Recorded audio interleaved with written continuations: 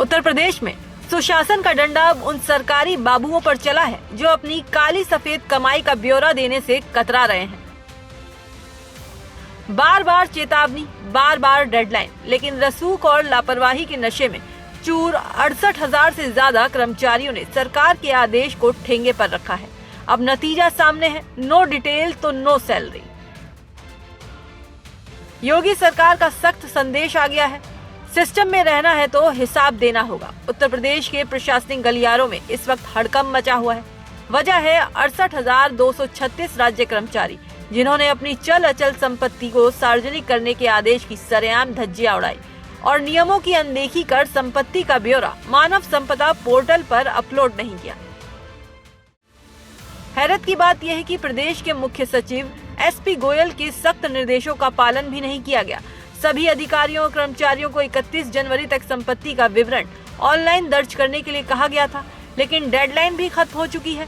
ताज्जुब तो यह है कि इस लिस्ट में सिर्फ छोटे कर्मचारी नहीं बल्कि रसूखदार अफसर भी शामिल हैं। आंकड़ों की बाजीगरी देखिए, सबसे अधिक 34,926 तृतीय श्रेणी कर्मचारी डिफॉल्टर सूची में है।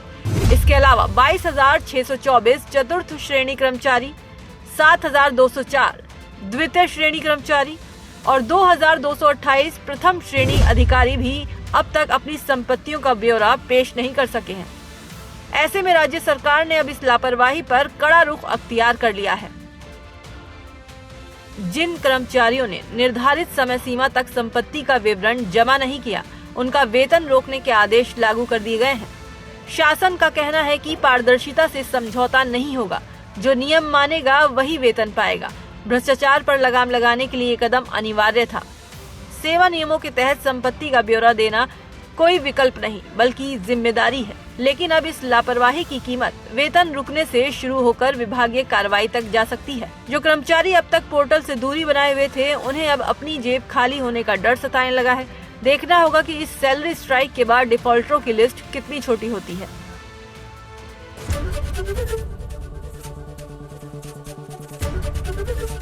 एबीपी गंगा, खबर आपकी, जुबान आपकी।